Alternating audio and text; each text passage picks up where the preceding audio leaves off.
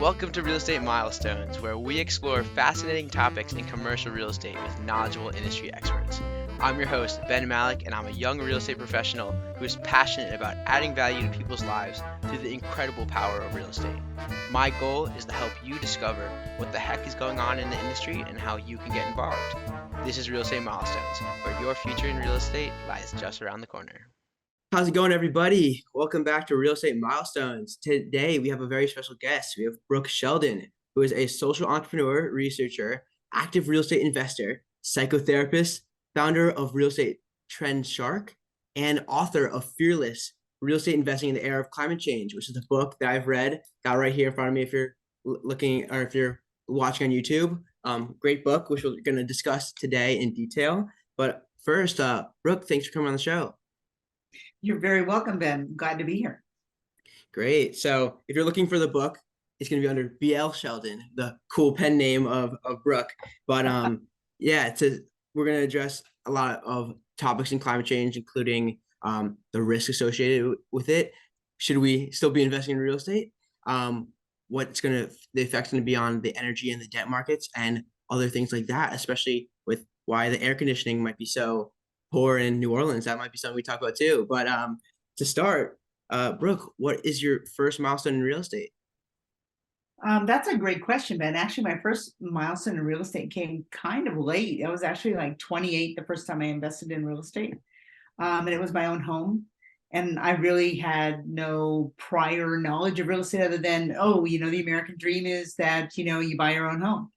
And so I did that because my company was growing and I needed to start, residing in several different cities. I started acquiring real estate in other cities and then began to realize, hey, you know what? When you sell this stuff, you make money. And so that's when I realized maybe I should figure out a little bit more about why it is you make money.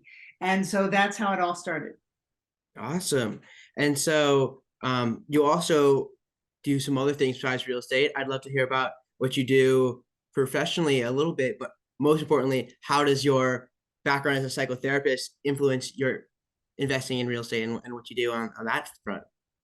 Well, that's an interesting question too, Ben, because so often when people are investing in real estate, their real estate is very separate from other aspects of their lives. It's kind of like their hobby on the side or their cash flow on the side or whatever it is. But when it comes to, I am a management consultant, a business consultant, I am a success coach for individuals. But then in addition to that, I do real estate consulting for people as well. But how I came actually to all of those things was because I am a trained psychotherapist. And so one of the things that was intriguing to me is that a lot of times when you're dealing with entrepreneurs and individuals in business, there's a lot of anxieties and stressors that are unique to entrepreneurs that are different than individuals who, just go in every day and do what's on their desk to get a paycheck. When you're the entrepreneur, you're constantly having to think about the responsibilities that you have for the people that work for you. You have to think about taking risks, coming up with new concepts, new products, whatever it may be, going out, seeking venture capital, all kinds of things that somebody who's a line employee doesn't necessarily have to worry about. They've got other concerns sitting on their desk. So entrepreneurs are constantly in a transitional place. They're always changing. They're bringing in new ideas. They always kind of have a visionary scope of what's coming next. And when that is the way that you look at the world, it means you also have to be willing to accept change. You have to be willing to make changes. You have to be willing to accept that the world isn't always what you want it to be and be prepared to kind of pivot and shift and refocus your direction. And so a lot of times for different entrepreneurs, it becomes a situation where they're worried about how to keep doing that or how to do it in the face of the fact that maybe financially they're not sure where the money's going to come from for a new concept or a new idea. And my forte, so to speak, is I'm a very positive psychology oriented individual. And so I always kind of focus on the positive and get people to look at how they have the ability through their intellect, through their creativity, and through their willingness to engage in change, that they themselves can be the manifester of the things that they need to have happen. And getting people to a place where that confidence resides in them is like pivotal for me. I feel that it's absolutely necessary for people to be able to have that from within, that self-comfort. And so I make it a point of focusing on those kinds of things when I'm working with somebody who is changing their business practices, maybe going out and seeking a new career, maybe realigning their existing career or their business. And so all those things come together at a very pivotal point right now when real estate itself is changing. And people have to start looking at real estate in kind of a different fashion if they want to continue to be successful, not just today and tomorrow, but 5 years out and 10 years out and 15 years out and beyond. And if you invest in real estate and you put your money in real estate as a long-term investment, or even if you're looking at short-term investments, things that you want to, continue to do like kind exchanges on or M453s on, you need to be able to be aware of what the future of the real estate is that you're buying so you can make intelligent decisions about it. Absolutely. I think a poignant point that I've also learned in the entrepreneurship classes are that I've been taking some entrepreneurship classes at school, and I guess the biggest lesson that I've taken away is that the way you see the world is not the reality of the world. The world is what it is, and your perspective, while it interfaces with the world, is not the truth of how it might be. Or could be right, could be wrong, but you got to sometimes take a perspective out of yourself to identify what's really going to be there. So on that note, how scared should we be of the future of real estate? That I am going to be the person who's going to tell you there's actually nothing to be afraid of as long as you apply your logic and your thoughtful realizations about the future. So often people only look at where a property is at the moment that they're looking to purchase it. Oh, this is what the cash flow is today. This is the cap rate, great, this fits perfectly into my portfolio. Or this is near my home. It's easy for me to be able to go by and check on it, if they're going to do their own property management. People have all kinds of reasons for investing and all kinds of things that set essentially the level of their risk sensitivity. But what I'm saying about real estate is that people have to start readjusting that risk sensitivity in a way that allows them to be able to not just look at today, but look at where do I anticipate this real estate is going to be in 3 years, 5 years, not just because of my equity position, but also because of what is happening with climate change. And a lot of people think, oh, I don't live on the coast, so I don't have to think about climate change. And I will tell you, as somebody who lives in the center of the country, that I absolutely have to think about climate change. Prior to just a couple of years ago, there was no such thing we dealt with in the United States called a polar vortex. They dealt with them in Canada, but they didn't deal with them here in the United States. But now the polar vortex is actually coming all the way down when we have one into a much lower area. It's hitting even like the southern parts of Oklahoma and the northern parts of Texas. We're seeing bomb cyclones. We're seeing in California, nowhere near the coast, we're seeing atmospheric rivers. I mean, Sacramento is nowhere near the coast of California, and yet huge areas of Sacramento were completely flooded in ways that they've never been flooded before.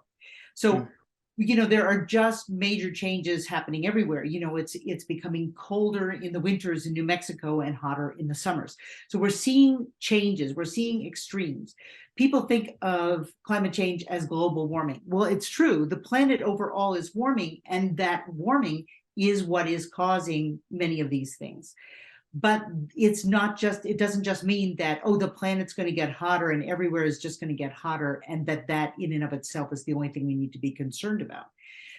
When I say all that, I need to say unquestionably, Ben, that I make it a point in the book of saying, my whole issue in writing this book had everything to do with helping investors understand the influx of climate change and how they could essentially make wiser decisions or protect their portfolio going forward. Nowhere in the book am I attempting to explain why climate change is happening. Some people have religious thoughts on that. Some people have political thoughts on that. Some people have economic thoughts on that. And that could get into all kinds of concept about green growth and degrowth. And I'm not going to any of those places. All I care about is what kind of impact climate change will have on real estate. I'm not talking about any politicization of it or any religiosity around it. I just want people to know, look, it's coming. You can pretend it's not coming, but it's coming. So might as well be prepared. Even if you want to pretend it's not coming, still prepare, because that's how you protect your investment. It's no different than anything else when you're investing in it. You always hedge your bets. whether you're investing in stocks, whether you're investing in bonds, whether you're investing, in real estate, whether you're investing in gold, securities, cryptocurrencies, I don't care. You always have to hedge your bets because you always have to be prepared for the fact that the unanticipated can happen. So I don't care if people read the book and choose to think of it as, well, this is just a good preparation for the unanticipatable, then go for it. But protect yourself one way or another so you make wise choices. Don't stop investing in real estate. Just be sure that you add wisdom to the way you do your due diligence. Absolutely. That's a great point. And I think that no matter where people's political, cultural, religious leanings are, it is a fact that insurance companies want to charge more for insurance or are charging more for insurance. It's a fact that certain prices in energy and in other parts of the economy are changing. I mean, I think that people can just acknowledge the results, if not the causes, which is ultimately what affects the investment. So I guess on that note, if this is possible, what would you say the single biggest problem real estate investors are facing related to climate change? Or maybe what's the single biggest risk if there would be one particular? That's a hard one. It's not so much the actual weather event because that changes dependent upon the area that you're in. It's making sure you can get and keep insurance wherever you are. For instance, I've known people who will buy a plot of land and they'll think, oh, well, that's, it's great. I don't need insurance on it because I don't have anything. I haven't built a house there yet or anything else. I paid cash for it, so I don't have to worry about it. Because again, if you have a mortgage, you have to have insurance because the bank insists on it. Or whoever whoever it is that's holding the mortgager in all cases would be the one who would require that you have insurance. But if you buy something outright and you buy it cash, you don't have to have insurance on it. And so because of that, a lot of people think, well, I paid for the cash for this land. Like, let's say, take some of the areas, and I'll name some various states, Montana, California, Colorado, New Mexico. Let's take some of these places that have these gorgeous, beautiful forests that are, Washington State, Oregon, some of these beautiful places, Idaho, that people love to be and love to spend time. But the point is, if you buy land there, you have to be prepared for the fact that we have an increase in wildfires right now.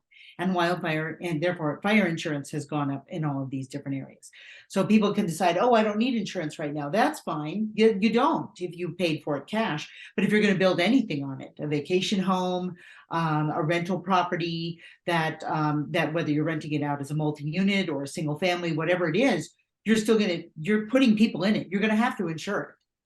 And the minute that you have to insure it, you have to realize that those facts now literally factor in to what your costs are. And that's going to affect your bottom line. And, naturally, if you have a situation where you have a multifamily property, you're balancing out that risk because you have multiple people paying your mortgage for you and splitting the cost of that insurance. But you have to make sure still that you have a positive cash flow, unless you're an investor who invests to not have a positive cash flow, which many do. But most investors do tend to want to see an appreciation of the equity of their property, and they also want a cash flow. And if you want cash flow, you've got to make sure in advance, not just that you think about what a property is costing today, but again, what that property is going to cost when you either, if it already has a rental property on it or already has a home on it, and you're going to rent it, what that cost is going to be, or if you're going to live in it yourself. Are you comfortable with what you're going to pay in insurance for that property today? And again, 3 years out, 5 years out, 10 years out. Fire insurance in a lot of these places is becoming, very, very cost prohibitive for a lot of people to be able to buy, even if they're buying it as a rental property, short-term rental or long-term rental. We're seeing the same kinds of things, yes, on the coast, but we're also starting to see it in areas that otherwise you would not expect to. Areas of the Midwest where winds, not even related to specific storms, but wind themselves has become such an issue that it's affecting the property. Or in situations where we're seeing tornadoes now appearing in areas of the country that we have not seen tornadoes appear in over a century. And people could say, oh, well, that's why it occurs once a century. No, not anymore. Something that even occurs once a century now, things that people used to call 500-year flood risks or 100-year flood risks are now becoming 10-year flood risks and 5-year flood risks. So everything is changing, everything is amplifying, and whenever you come into any area, you just need to find out what have been the historic risks. And then now that I know the historic risks, what are the new things that are being recognized, and what is anticipated. And once you start to factor in all those things, you can make really responsible choices about buying real estate in a place where you are comfortable with that risk sensitivity. Absolutely. That makes a lot of sense. And I want to stick a little bit on the theme of insurance because I think it's much less spoken about or understood by many people. However, incredibly important, maybe increasingly risky. So, as some people may know or may not know, insurance contracts are year to year. So, essentially, every year that you own a property, they can be renegotiated, not renegotiated, more like reproclamated by the insurance company onto you. And, you know, when you're like, oh, I got insurance, we're great. Maybe that's true, but maybe we're not anticipating how insurance may rise. I'm curious, how may I anticipate what insurance may be, not now, but in the future, assuming I'm holding it long term? How do I underwrite that? How do I guess, stress test my deal to anticipate that? And yeah, I mean, I guess that's a question in itself, just given that it might not be easy to predict, but getting some sort of certainty or at least some sort of risk mitigation would be key to protecting yourself in that situation. You put that beautifully, Ben, when you talked about, the issue of how to stress test your investment. That's exactly what this is. And every investment should always have a stress test attached to it. You've always, and that's really what I think of as doing the due diligence. So you really know what to anticipate, what has occurred and what may occur. And so often when people talk about due diligence, all they think of is what has occurred or what something is going to cost me right now. But you're right, part of the stress test is future oriented. So the first thing that I would say is taking, the question that you asked, which again is very well thought out, to elaborate a little bit more, because I think you're absolutely correct. People do not, have a clear enough understanding of insurance. People think that because they get insurance on a property that's great. Okay, I got insurance. Well, getting insurance and getting a mortgage are very different things.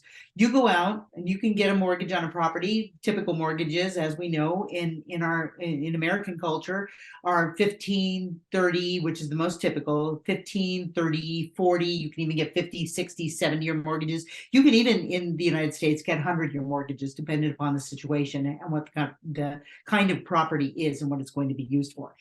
But at any rate, you can get these extended mortgages, whether you get them at fixed rate or you get them at an adjustable rate, but you kind of have, and we've already seen in our over the course of the, essentially the last 70 years, if we look going out, we see lots of people who have had adjustable rate mortgages who, when that rate adjusts, sometimes it's to their benefit. And oftentimes it's not. And then their payment becomes cost prohibitive and they can't remain in the property. People are accustomed to that with the ideas of mortgages, because they think of that mortgage as that long-term debt they have. And as you mentioned, and you're absolutely correct, people take insurance for granted. They somehow think that if I can get a mortgage, I can always get insurance. And such is not the case. Insurance is a very different animal than mortgages are. And when somebody offers a mortgage, people think, oh, well, they've already, whoever the mortgager is, they've already investigated the risk and they were comfortable lending money. Well, 6 of one, half a dozen of another. Part of what they're investing in is the property, and the other part of what they're investing in is the person who's going to then be the mortgagee and pay that mortgage. And so one of the things that becomes a difficulty with that is the investment is not all about the land or the physical property. It's about the person who's taking out the mortgage. And so they're expecting that no matter what happens to that property, you're either going to pay for it, you're going to find some other way of paying for it, or they're going to come back and take it away from you. Now, the key is with relationship to that's why, for instance, it's harder to get oftentimes a mortgage on a rental property or a vacation home than it is to get a property on a primary mortgage. And the reason for that is because they know that one thing is, the mortgager knows one thing for sure. If push comes to shove and you don't have enough money, you're going to pay the mortgage on the property you live in before you're going to pay on the rental property or before you're going to pay on the vacation home. So this factors into their consideration. Why that's relevant here is because it still all comes down to even the mortgager is managing their risk. Why? Because mortgagers have to get their own insurance as well. as an entity that loans money. They have their own policies that they have to maintain, and they have to be able to demonstrate the fact that they have essentially vetted the investments that they're providing money for. But the thing is, they know that one way or another, it's your responsibility to pay it, or they take the property back. It's not the same with insurance companies. Insurance companies don't have to give you an insurance policy for 30 years or 40 years or 50 years or 15 years or 100 years. They literally will look at their own long-term investment in terms of where they should be putting their money and where they can feel comfortable. But insurance companies only insure you for 1 year. So for instance, I had a client call me just a couple of years ago and say, am I understanding, what you have in the book well enough that I could buy this home, and even though there's never, the fire insurance around me and everything is all like, typical levels for that area of the country, that if there suddenly was a big fire right nearby me, and even if it didn't come near my property, but it was fairly close to me, like 1 or 2 houses away, and it was like a big wildfire, that my insurance company could choose to cancel my insurance policy, and then I would have no insurance. And I said, yes. And she said, but how can that be? I'd still have a mortgage. And I said, yes, and the insurance company doesn't care about that. And you can't keep the property without the insurance. So you can't keep the mortgage. I mean, that's the thing. Somebody else can come in all cash and not need that insurance because they don't have a mortgager. But these things are very real. An insurance company looks out for itself. We have to remember that when the depression of the 1929, October 1929 happened, which continued all the way until basically, while it got better and better, it's really World War II that pulled us out of it. We have to remember that insurance companies did incredibly well during that era of time. Mortgagers did not do so well. Banks did not do so well, but insurance companies did very, very well. And the insurance companies, they support each other. In other words, there's not just insurance companies, but there's reinsurance companies. So that if an insurance company is having difficulty, the reinsurance company comes in and backs up what their portfolio says that they're going to cover. And that's why in certain states, for instance, areas of Florida right now, you're seeing insurers are just leaving the state because they can't afford the reinsurance to keep themselves viable and able to pay the kinds of claims that are happening in light of the increasing number of hurricanes that are happening and the increasing strength of those hurricanes. So insurance is going to protect itself. It's there for you, but more than anything else, you have to have it. But insurance companies very much are still a business, as are mortgagers and banks. They're businesses, and they are not in the business of protecting you as an investor. They expect you to protect yourself. The banks protect themselves, the insurance companies protect themselves, and that's why I try to get, real estate investors to understand all the time. You have to do the same level of due diligence for yourself as an investor, as the mortgager does for itself, and as the insurers do for themselves. So you don't have to be extraordinary in your efforts. You just have to pay attention, and you just have to do your due diligence. So it really does all come down to the fact that insurance is the linchpin, because you can't maintain a mortgage without insurance, and insurance is not something that is actually in your control at all. So it's really interesting because you got directly ahead of the next point I wanted to bring up. I wanted to bring it to a little bit of a hypothetical of given Florida and the hurricanes is, relevant to me as a person living in New Orleans, but also everyone around the country saw this. And I have a friend who I like to talk to about insurance a lot. He has some experience in the industry, but I learned what reinsurance was. I realized that,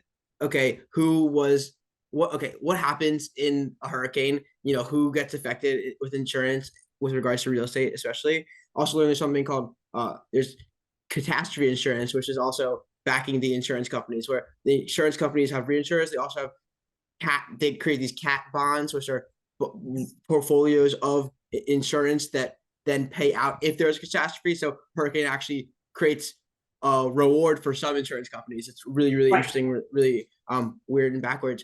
I also had realized that not only are the only reason why people are able to get insurance in this area of Florida that just got hit is because the government is backing a lot of the insurance, where really the government is using maybe our taxpayer dollars to back these insurances, these insurance products. And the people who lost when there was a hurricane weren't the insurance companies, because they were all backed by the taxpayer who made it possible for these companies to even issue insurance. I wonder if that's sustainable. How long can this continue? And I want to hear your opinion on terms of, I guess this is a good segue into the question of how do you select markets based on these considerations? Okay, so first I'll take the insurance aspect, and then I'll go to the markets issue.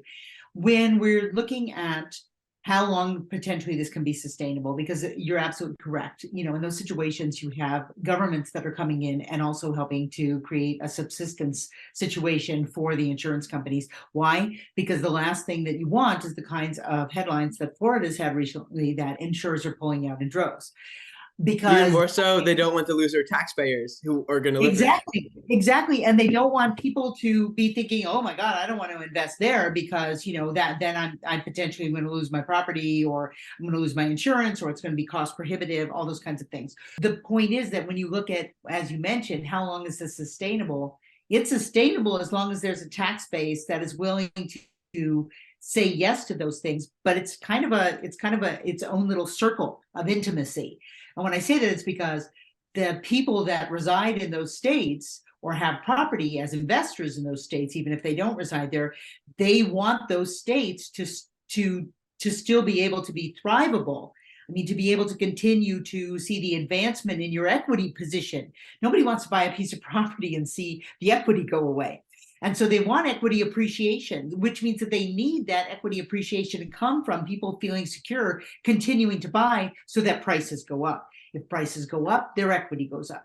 So it becomes, even though not everybody would want it, the people who would least likely probably want it would be people, for instance, who rent.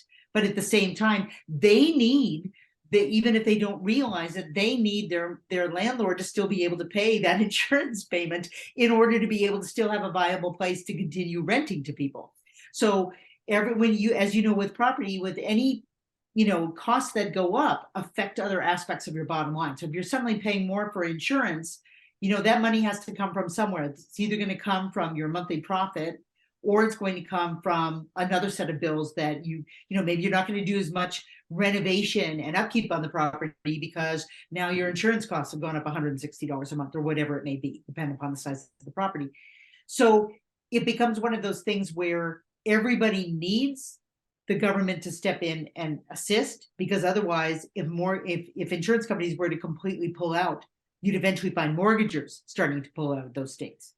So that cycle of the mortgage, being able to get a mortgage, feeding the ability to be able to get insurance, being able to get insurance, feeding the ability for mortgage companies and large banks, especially multinational banks, to feel like they can continue providing money to that. You can always have regional banks, that's true, but regional banks don't have the cash reserves that something like a Bank of America or a Wells Fargo do. And so you also still need to have those essentially those mortgage warehouses, where a smaller regional bank then turns around and sells its mortgages to larger organizations so that it lessens its risk fiscally. So it is kind of a vicious cycle, but an intimate cycle. It needs every part of the feeding system needs the other. And I don't mean that in a negative way. I mean, it is an interdependent organization. Real estate is an interdependent kind of enterprise, because, just if you take it from a totally smaller context and look at it more as a microcosm, landlords don't buy properties for them to sit empty. Landlords buy properties to get tenants. You can only get tenants if you can make your rents affordable to the people that are in the areas that you purchased the property for. So even in that situation, it all becomes something that has a symbiotic as well as, a cost necessary kind of relationship to each part of the process. And so whichever part of the process you step into, real estate is an investment. Investments mean money. People expect to make money on them. Everybody in the entire cycle expects to make money on them, except for the tenant. But even the homeowner expects to make money, that money coming in the form, at least in terms of equity and appreciation. Equity appreciation and principal pay down, for sure. Yes, increasing absolutely. the amount of money. Right. Great. And so I guess I want to take a step back from insurance and kind of look more holistically at the medley of risks that we have related to environmental and related to climate change, and how that holistic understanding of these risks informs your decision making in terms of what markets to invest in. Obviously, there are, and maybe if you have examples of places where you think would be more advantageous, but I think more importantly, what's the approach to taking these into account and selecting an appropriate market? Now that's a great question. Coming back to that market question, Ben, I'm someone who, because again, probably having been a therapist for such a long period of time, I am very conscious of the fact that people make different kinds of decisions, and they usually make different kinds of decisions because of different kinds of internal motivators. And so what I always say to people when it comes to the issue of where should I invest? People ask me that all the time. Well, where should I invest? Where's the best place to invest? Where's the safest place to invest?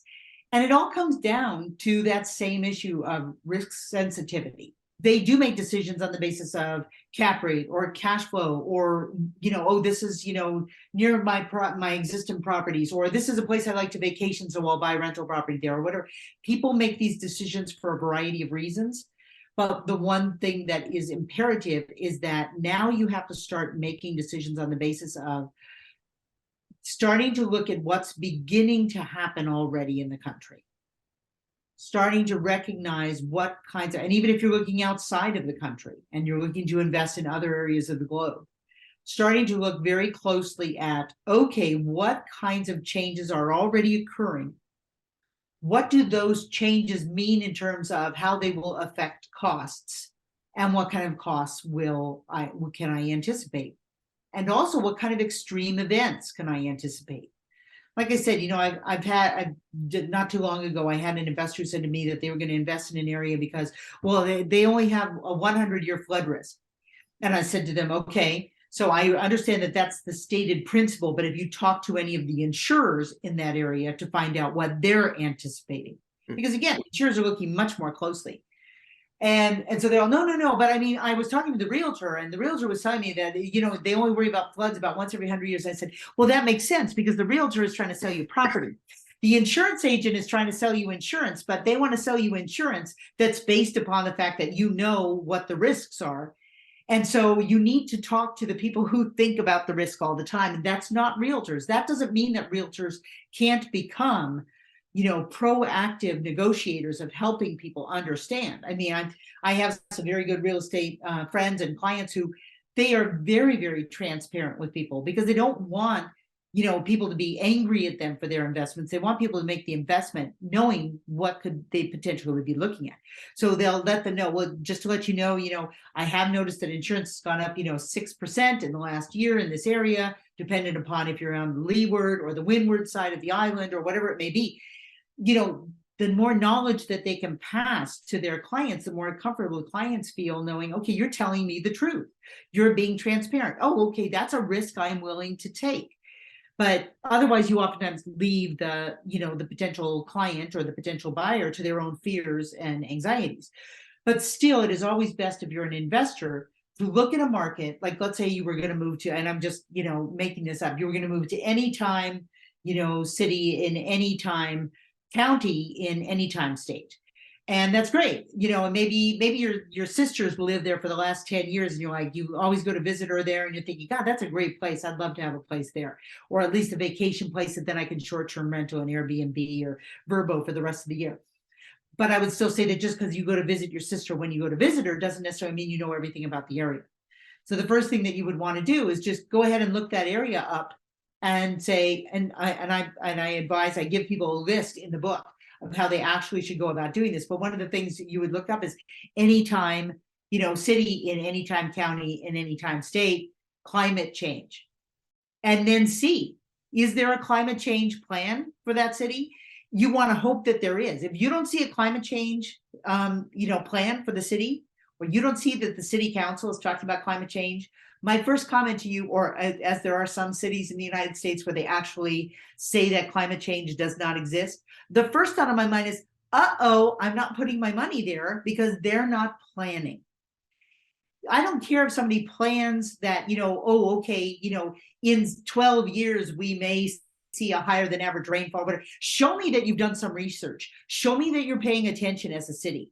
Show me that I can trust the fact that I don't have to be doing this all by myself. Then if you but then find that, okay, looks like they're paying attention to the risk and they're mitigating that risk appropriately, then get on the phone with an insurance agent, start chatting with an insurance agent who's well reviewed in the area. I'd look up a couple of them. I'd talk to different ones, not just one. Make sure that I'm getting the same information. Stick with the one who gives you the most accurate and transparent information. Then I'd say to that individual, I'd say, are there any realtors that you work with? Because if you've got an insurance agent who's transparent and willing to talk to you honestly, then you want to talk to the realtors that they're dealing with, because that means those realtors are being realistic. And one of the things that I would always say to do is go to Google. It's easier if you search it this way. Go to Google, look up, any time, city, any county, any time, state, whatever it is that you want to look up, and then say in the Google search, so anytime, city, insurance journal. Don't put quotations around it or anything else. The insurance journal, which is the primary journal for the insurance industry in a laity format. It's written in a way that's digestible. A lot of times, a lot of the articles from insurance journal will appear in major periodicals. That is a really good place to go and look, because that's the insurance company. That's the insurance industry talking to insurance people, not just agents. It's talking to people in all realms of insurance. So the insurance journal is a good place to go. I say to go out on Google and look up the topic you want to, and then insurance journal, because you'll get a broader search than if you just go to insurance journal itself and use its search bar. So this way you get in through some of the, back doors, or you'll get an opportunity to see something where something is mentioned that it might not have come up in the heading. But then start to pay attention to what you see. But let's say, for instance, Ben, that you were looking it up and you were to see that, I'm looking at Anytime City, and it does say that in the past, they've been seeing floods, once a century. And now recently they begin seeing floods, what was once a century, once every 75 years. So, okay. And then when was the last flood? The last flood was 17 years ago. So that you might look at that and go, okay, my sister's been living there for the last 12 years. There hasn't been anything. There hasn't been a flood in 17 years. It's no longer a century long that they're thinking 75. If I even hedge my bet and say 50 years, and since they had one just 17 years ago, it's probably a pretty good bet. I could consider investing there for the next 10 years and not really see a problem with my investment. And if I do start to notice the waters are getting a little bit higher, that there's a little bit more rainfall, then maybe I'll go ahead and sell, but maybe I'd do that, 7-8 years out before I see that there's any kind of detrimental effects to my property. That's what I mean by hedging bets. And that's what I mean by looking at the data. Looking at the data, and as we always do as real estate investors, trying to then take the data that I'm seeing and weigh what that means for my investment. So it doesn't mean that just because it's gone from 100 years to 75 years, no, can't buy now. If they haven't had one in 17 years, there's still probably a lot of time left. It doesn't mean that they're not going to have extreme rain events. That doesn't necessarily mean they're going to have a flood. So then you just start paying attention, and that's the way that you kind of make the decisions about how to do the investment. That's really helpful. I really appreciate the practical thing that we can actually do, the practical step that we could take, but also put it in the context where, right, like, yes, there are concerns, there are fears, but here is how to stay informed, and here's the approach holistically in terms of how to mitigate this risk and how to move forward and decide, which is honestly, as we mentioned right at the beginning, if we could build that confidence and mitigate that fear by mitigating that risk, that's going to give us the certainty and the ability to move forward confidently and also succeed in our goals. So appreciate that, definitely. But on that note, I'm curious, could you give us an anecdote, a story, a personal experience of when climate change may have affected one of your investments, just to give us kind of illuminate the many forms that this could come in, and kind of, even with this mitigating of risks, there are things that are inevitable, but there's ways to solve these problems. And I'm curious just to see a little bit more, get a little inside look into how you've dealt with it before. Absolutely. I had a property, and and I do mention this in the book, and it was actually kind of my wake-up call. Because naturally I'd heard about climate change. We'd all been hearing about climate change, global warming, all this stuff's going to happen. And so it was in the news, but until something becomes, as you're pointing out, a reality in our lives, it's abstract. It's something that we can't really relate to. It does not have a solidified and kind of visceral context in our world until it does. And so what ended up happening for me is I had a property with that I owned with several of my partners, and we had a great insurance agent. Tony could always find us a great deal, and he was really, really consummate at his work. And he called us one year and he said to me, I'm just really, I'm having a problem. I couldn't get a renewal with the insurance company you guys have been with for the last several years. And now I've been going out and trying to get you a competitive rate to replace that. And he said, I'm really having difficulty and I wanted to let you know. And it was about 2 months out still till we were supposed to renew. And so we were like, well, what's going on? Because we knew we had not had any claims on the property. That there was nothing unusual that had changed over the course of the year or anything else. So he said, well, it has to do with climate change. And, honestly, this was probably, I think it was about 2000, I want to say 2012, 2013. And I remember saying to him, what? Climate change? That's like way off. What do you mean that it's about climate change? I mean, I could not even fathom that those words were coming out of his mouth as a reason why he was having difficulty getting us insurance. And he said, well, the thing is that there's in the area, there's been a lot more storms, there's been a lot more wind, there's been a lot more rain and he said, for any building over 50 years of age. Now, that may sound like a long time, but when you think about it, that just means a building potentially built in the 1970s. That's not really all that long ago. And he said, for any building that's over 50 years of age, he said, they're not wanting to insure buildings that of that age and older. A lot of insurance companies are pulling out of the market for those properties because there's been so much wind damage. And so it was not an area that saw tornadoes or anything else. I'm like, this doesn't make any sense. We've never had any wind damage. We've never had any claims for anything like that. And he's all, I know it doesn't have to do with you. It has to do with the general area and like the 5 zip codes surrounding you and the amount of claims that they've had to deal with. He said, and they're just not willing to do that with properties that are, older than 50 years of age. So he said, I'm going to keep looking. I'll find you something. I promise. He said, but, I can't say yet what kind of costs we're looking at.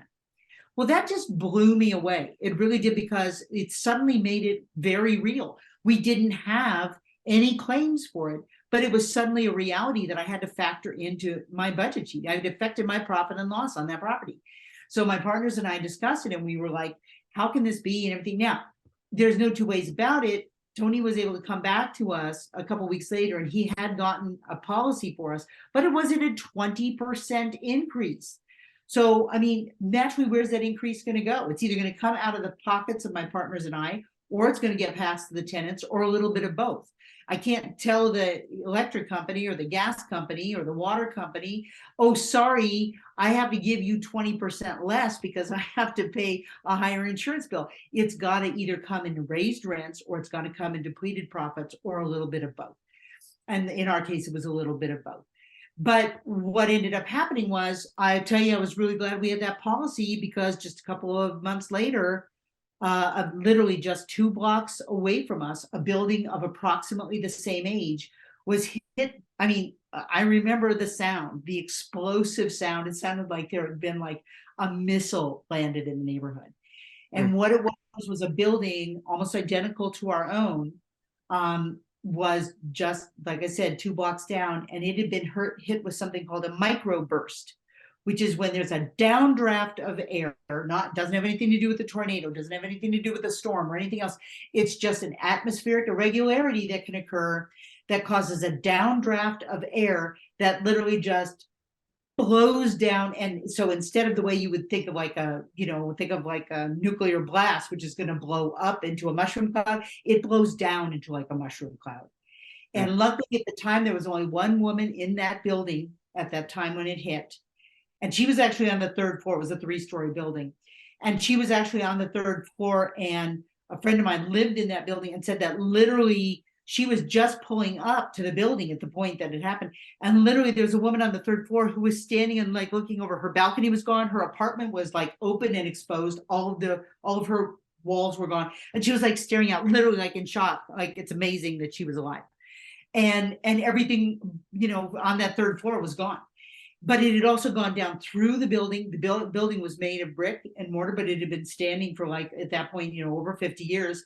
And it was in a compromised position. So the fire department came out, the whole building, there was parts of the building all over the street and everything else. They had to go ahead and move everybody out. this was a guy who he had bought this building. He had paid it off years before. He was doing nothing but making pure profit on it every single month. Bam, gone. And I was really glad because when he had come up in the same situation where he was having difficulty getting insurance, he just decided, well, I don't have a mortgage, and he blew off getting insurance. And so there was nothing to cover him when this loss occurred. And so between having to pay contractors to assess the damage, because it was a building that was over 50 years of age, it had lead, it had asbestos in it. He had to pay for the city's cleanup of the area. He, in addition, had to, pay out tenants early on leases. He had to house tenants during the period of time. So he was out all this money, and in the end, all he could do was sell the property at a salvage price. That's A unbelievable. building that prior to that would have probably been worth about $900,000 prior to that event. That's incredible. That's I mean, it's only down the street from you. So I mean, and I'm glad that you got insurance, but that's a shame for him. But it definitely puts into perspective.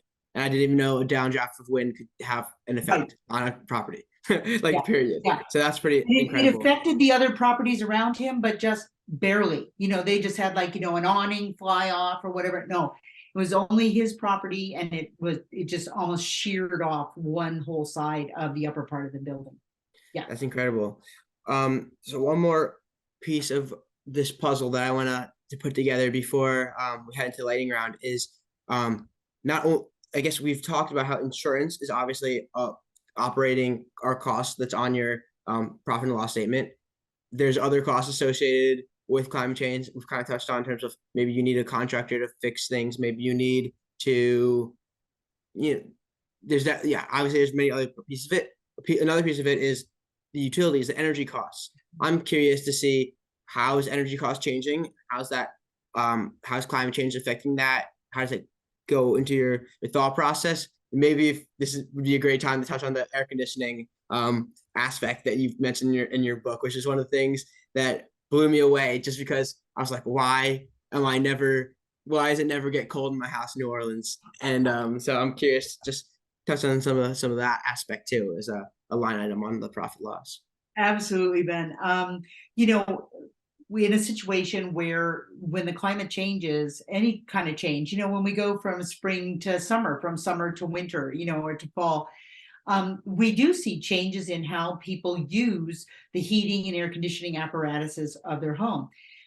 So when we stop and evaluate, for instance, that if, like when we mentioned the air conditioning issue that you and I both understand only too well, when you have a property that exists, say, in a humid climate, you will find that when it gets very warm in the summer, people want to be able to come home at the end of their day, or their end of their class day, or the end of their work day, and they want to be able to turn on their air conditioner and bam, have it just get nice and have that real sense of refrigeration. I mean, that is, after all, what air conditioning is. It's refrigeration.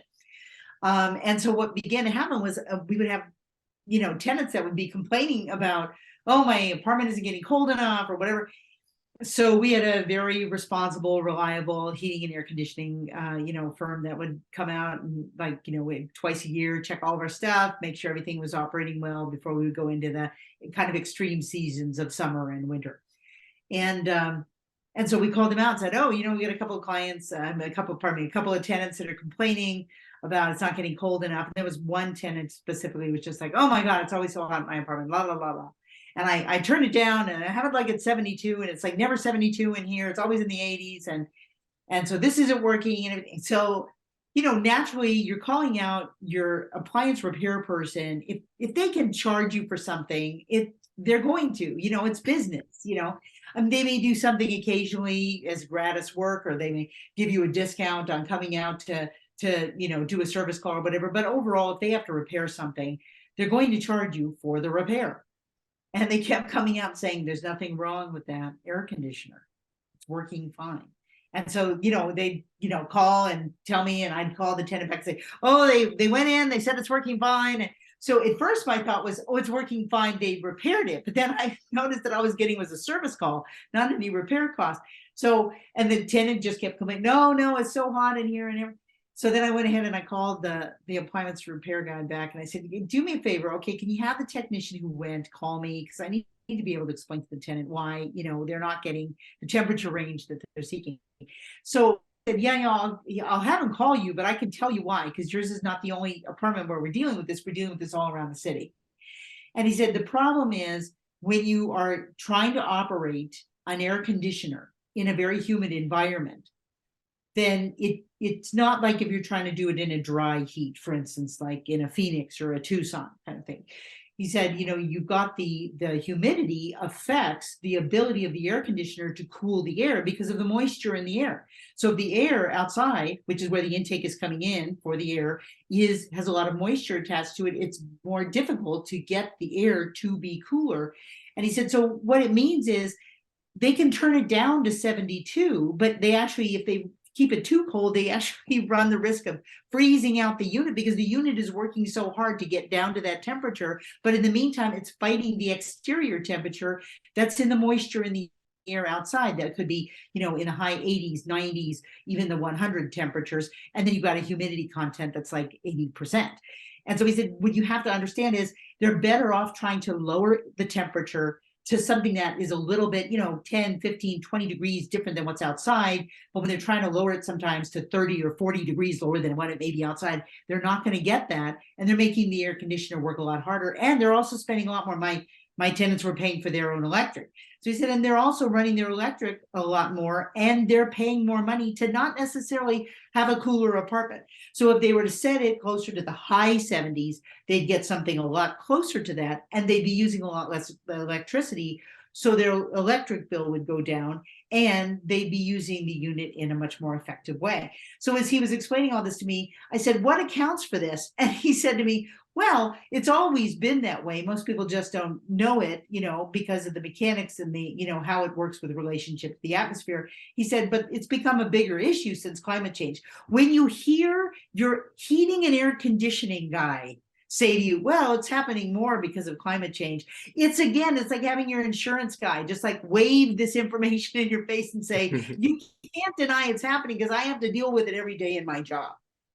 So it really makes you pay attention because there's no political aspect to it. There's no religious aspect to it. There's no economic aspect of it other than they're making more money when, having to go out on more service calls, but they're being less able to satisfy their customer because they can't give them the results that they want. So it still all comes down to the fact that when you have these very down-to-earth individuals in their down-to-earth professions talking to you about the reality of something you've thought was some abstract concept and realizing it's very real and it's affecting my bottom line, that was why I had to write the book. Because I would go to conferences or I'd be talking to other real estate investors or I'd be talking to my consulting clients and I'd say, well, how are you managing your investments in light of climate change? And people would stare at me like they had no idea what I was talking about. Or they'd say what I had said before. Well, that's like decades off, right? And I'd be like, no, it's happening now in different ways.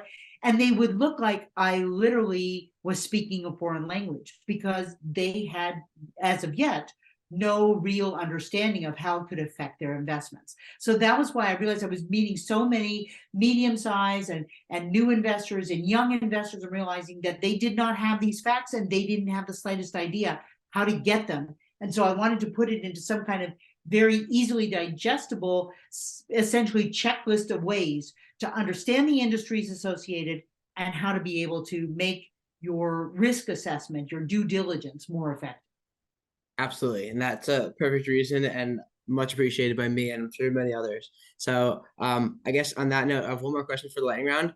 What advice would you have for someone who's considering writing a book? Oh, that's an interesting question. So Ben, I would say that the first thing is know your subject. Know it well enough to feel comfortable that if anybody on the street were to come up and start to chat with you about it, that not only would you be able to chat with them about it, but you love chatting with them about it. It's, as you and I have talked about, before a little bit earlier, even when you're getting your education in something, when you're going out seeking new employment, or you're looking for a new kind of avenue for investment, or you're looking to expand your entrepreneurial reach, you're always going to be more effective at it if you care about what you're talking about, writing about, spending your day on. Because the more you care about it, the more interested interesting and exciting and relevant it feels to you, the easier it is to spend the time. So that I'm a big person who believes in working smarter, not harder. I don't want to trudge through my day. I don't think of life as a journey. I think of life as an adventure. And so adventures are fun, journeys are arduous. So, so my thing is, everything you do, make it an adventure so it's fun. And the next step always feels like an exciting revelation. And so I feel the same way about writing, whether I'm writing blogs, whether writing, articles for clients and that kind of a thing. I write for Bigger Pockets also. Write about the things you love, write about the things you enjoy, because if you do, it makes the day feel like it just runs by, like it just races. And it makes being, a part of whatever you're doing that much more joyful. Mm-hmm. That's a great advice, and I appreciate that. I think that even if you're not writing a book, most people can take that to heart. So appreciate it. You ready for the lightning round? Okay, I'm ready for the lightning round. Go for it. Sweet. What superpower would you want if you could choose any superpower? Though it seems a little intimidating, knowing what I know about climate change, I would like the ability to be able to see the future. That's great. What is your favorite book, or what's the one that's helped you the most? I guess can't choose Fearless, but actually, my favorite book has remained my favorite book for decades, which is East of Eden by John Steinbeck. And just the simple reasons behind it is it's an intergenerational story of a family, and it goes beyond that to business. It goes beyond that to how our ideas about who we are, where we've come from, and where we're going can evolve. And we don't have to be who we've come from, and we don't have to follow the path of the future that someone else lays out for us. We can follow our own choices. We can make our own decisions about who we are in the present and who we will be. Beautifully said. And that's going to be the next one on my list, because I just finished The Alchemist. Ah, okay. There you go. Interesting. Yeah. That's a nice fold in, I think you'll find. Mm-hmm. Great. So what motivates you to continue every day? What motivates me to continue every day? Curiosity, I think. I'm ever curious. I am a relentless innovator. When I find out information about something, I try to find ways to be able to maximize that knowledge to improve the lives of my clients, my tenants, my children, anybody that I care about and feel can benefit from the knowledge. And I think for me, never letting go of learning is the most powerful tool that any of us have, because knowledge is power, and it allows us to make the most effective and priceless decisions in our life.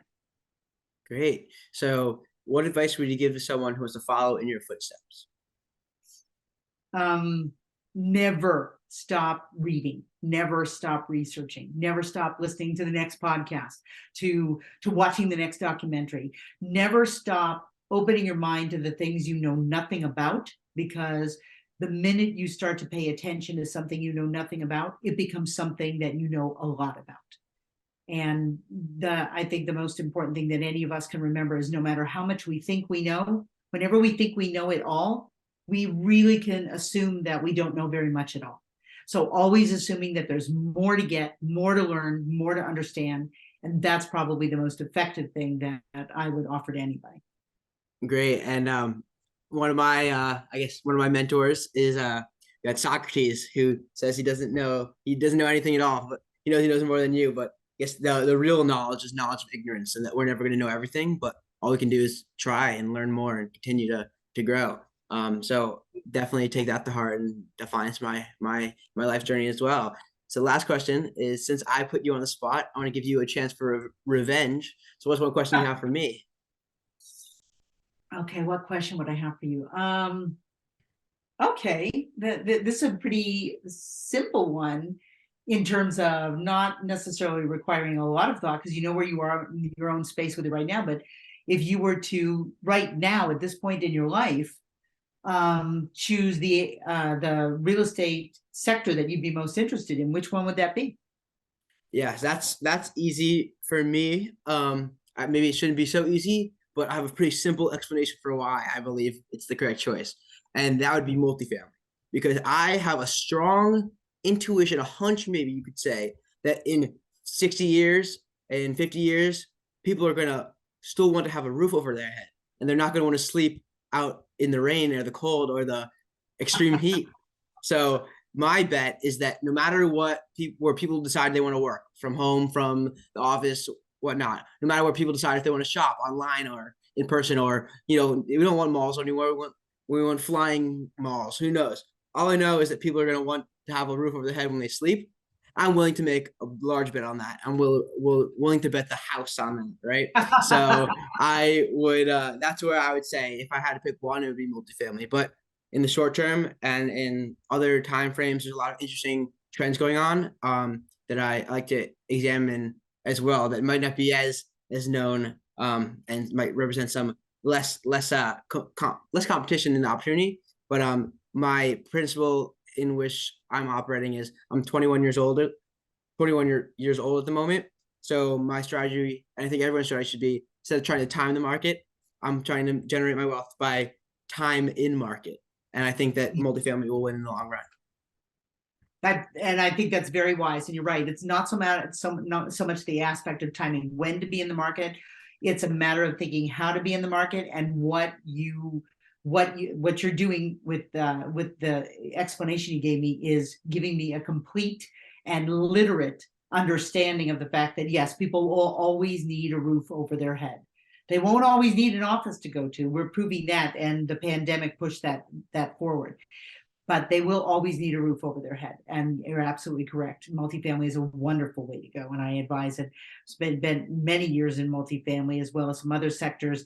But I definitely always come back to multifamily because it's true. People always need a place to live. Great. And I'm excited for that future for both of us. Well, Brooke, it's been an incredible pleasure. This is an incredibly important topic, incredibly complicated topic that you've helped us distill into simple and actionable and understandable terms. So I appreciate that very much. Obviously, there's a lot more to learn. If you can go to BL Sheldon Fearless, got the book at Amazon. Nice soft cover too.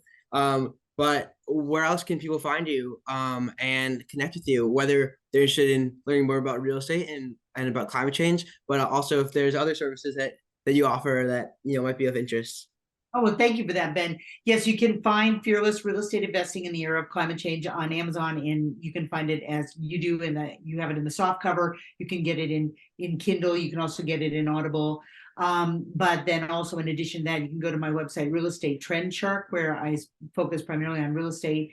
You can look at my articles on Bigger Pockets. Also, you go to momentscount.com. That's my consulting firm. And I always love taking on new clients with new challenges, whatever they may be. So I appreciate that. I'd love to be able to see people who are interested in real estate, or also just wanting to take their business and the understanding and management of their businesses into new directions. I always enjoy taking on new clients. Of course. Well, I encourage everyone to check out all the resources and connect with Brooke. And Brooke and everyone listening, keep making milestones. Before you go, I just wanted to say thanks again for tuning in to another awesome episode of Real Estate Milestones. If you've been enjoying the show and you'd like to offer your support, please leave a 5-star rating and review on Apple Podcasts. It's the best way to increase the show's visibility and help the message get out to a greater audience. I really appreciate your time and support, and keep making milestones. The information provided on this podcast is intended to be educational and informational only, and is not considered to be formal legal advice. The listener should not take or refrain from taking action based on its content. Any listener in need of legal opinion upon which to rely in decision-making should consider formally engaging an attorney to review relevant facts in detail and examine the pertinent law as it applies to those facts.